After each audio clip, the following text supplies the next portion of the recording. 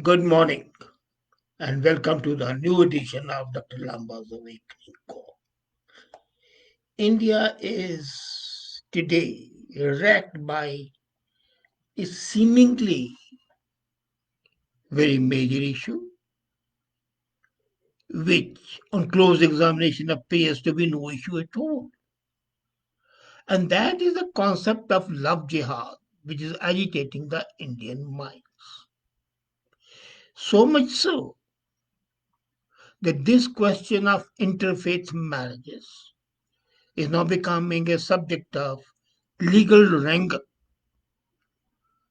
Madhya Pradesh BJP government is tabling a bill to prosecute love jihad, an entity that weighs heavily on the mind of other BJP state governments like Haryana, UP, etc., who are also contemplating laws that will outlaw the marriage between the Muslims and the Hindus.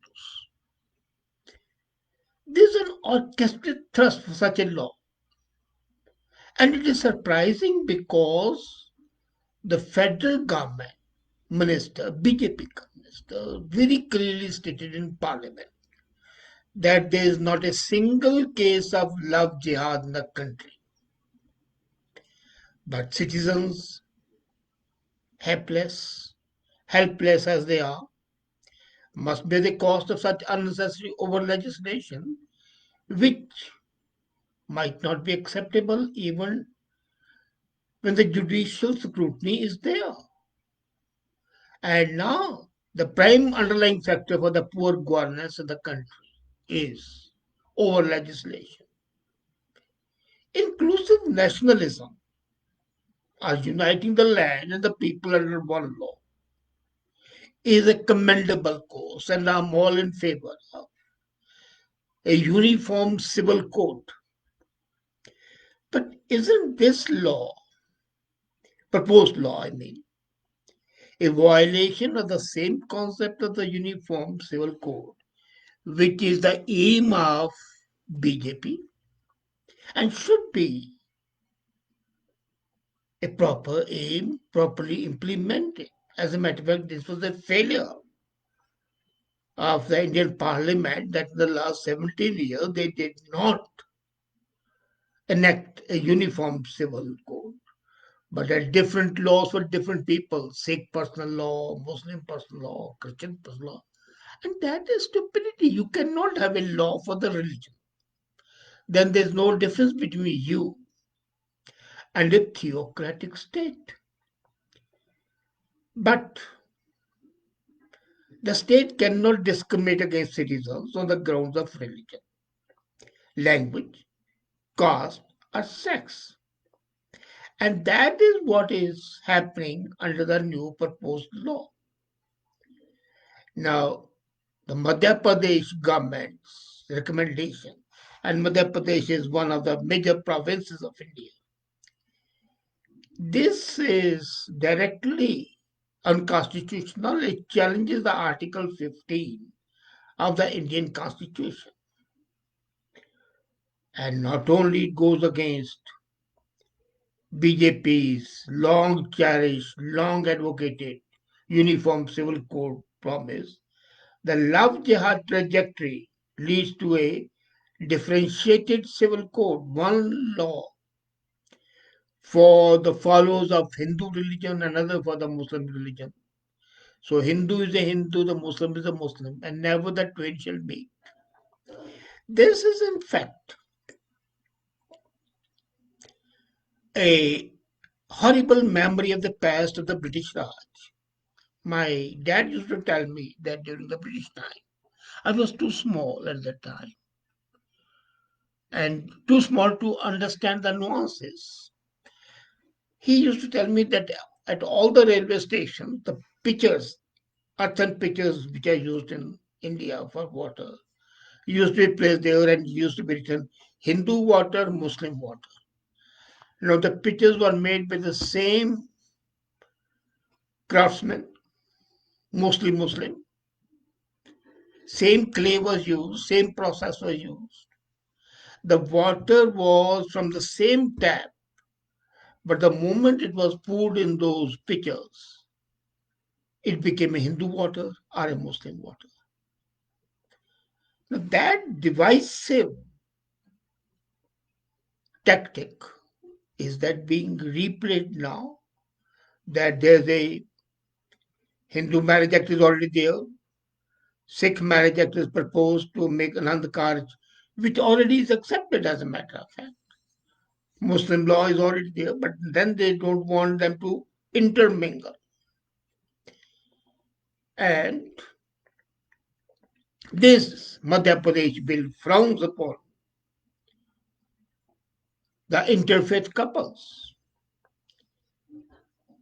And a religious priest, if there is a personal law, must inform the district major 30 days before marriage. So this is something. A boy and a girl agree to have a marriage. Now, in India, there's another law also, Special Marriage Act, where they can go to a court of law, give 30 days notice, and get married if they belong to the different religions. But now if they want to marry, they have to give their priest 30 days notice, and the priest gave it 30 days notice to the district magistrate. So the final arbiter, whether the boy and the girl should marry, is the district magistrate. What a travesty of justice, and what an overburdening of the district magistrate. And the offense is non-bailable and cognizable. If somebody complains that a Muslim has married a Hindu girl, he can be arrested right away and shall be held without bail. And the result, after that, after prosecution, 5 years jail, not only to the culprit, but to the collaborators. That means the father, the mother, the brothers, anybody who has attended the marriage can be sent to jail for 5 years. So, interfaith marriage becomes a crime. In a country aiming for a nation under one tax, one ration card, one civil code, one criminal code contradicts itself by herding citizens into different religious ghettos, daring those who mingle with a state-sponsored harassment. This is state-sponsored harassment. Consenting in the adults have a right to get a job they want, to marry the person they want. That's basically empowered citizens. Or is it that we are going back to the 10th and 11th century? Actually, I'm reminded that the panchayats in the village councils in Haryana, they are called the Khap panchayats. Now, Khap panchayats do the same thing which this law is supposed to be doing. And that is that they say and so should not marry. As a matter of fact, if somebody from X caste marries a person from Y caste, that person can be killed. And there have been cases like that. They call it honor killing, but it's a dishonorable murder, as a matter of fact. And that has been criticized. And now the state is acting like a Khap panchayat. And it shall be have the veto holding right in a marriage. The most personal experience is sought to be state. And then the statement of the party chief. He said marriage is not just an individual choice, but also encompasses approval of the religion and society. Now, what happens to a person who, say, is born in a Hindu family or a Muslim family, or Sikh family, and is an atheist? He doesn't believe in any religion. So that means he can't marry because the religious sanctity would not be there. And since when is marriage subject to the religious dictates. Why should it be?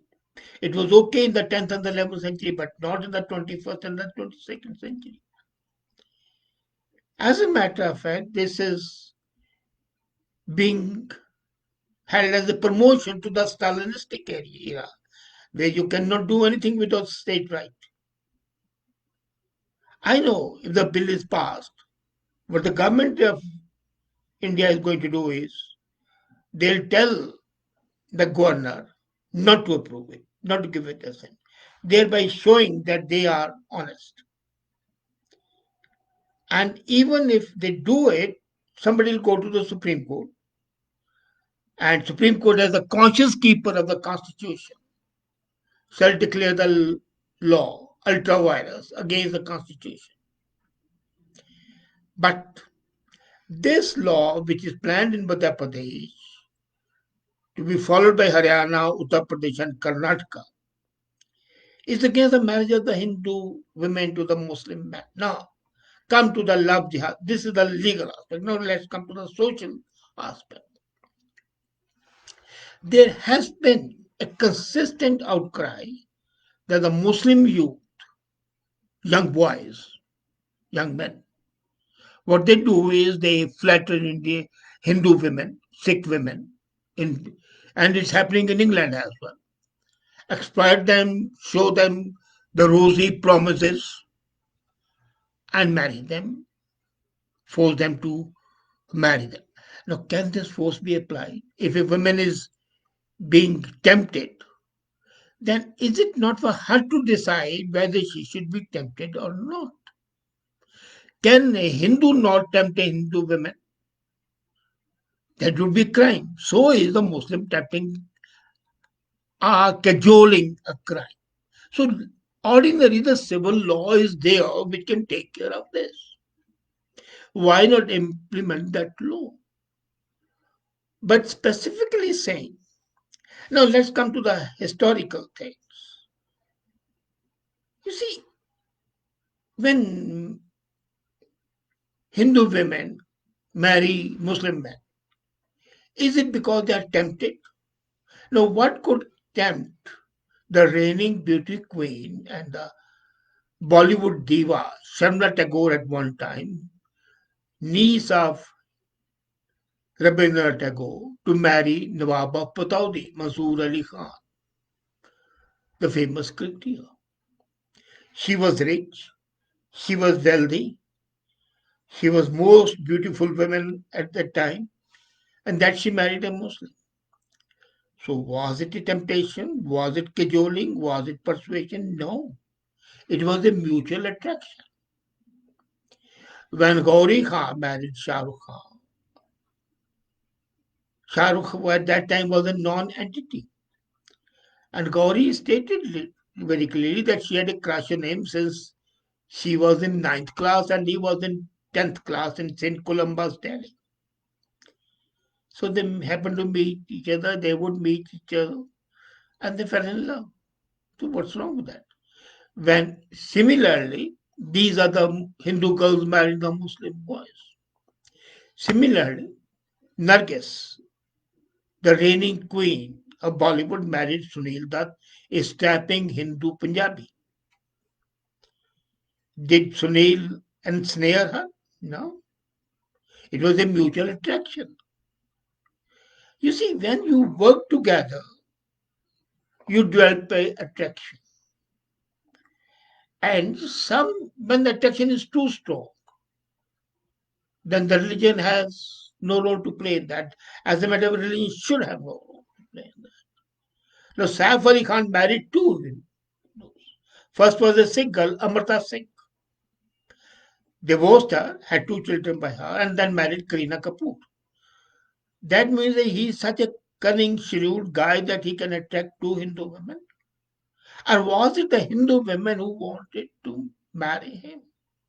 You see, these are the people who are almost the role models in India, at least, the Bollywood heroes and heroines. Now, if the people who play the model role, if they can be cajoled, persuaded, then you cannot say that they're deluded. They are wide awake, they are educated, they have wide connections. So the question of being, and they're rich, wealthy, wealthy to the extent of being filthy wealthy. So money doesn't have attraction for them. So it's either the mutual law of attraction, which it is there. I know there have been cases of fraud, there have been cases of undue influence, but then doesn't it happen in the same community? The Punjabi Sikh boys from Canada go to Punjab, show that they'll marry the girl and take her and her family to Canada, marry there, get money, and then vanish in thin air. There have been cases galore. So why not then ban those marriages as well and make those people guilty? Now, what is happening is they are being prosecuted if they're caught under the ordinary criminal law. So why cannot that same criminal law be applicable to the supposed perpetrators of love jihad? And then, isn't this an insult to the women, Hindu women, that they are so stupid and idiotic that they are won over by the Muslims? And if they are won over, why should the Muslims be deemed guilty? The women are not that foolish. They know which side their bread is buttered. Let me be very clear with you.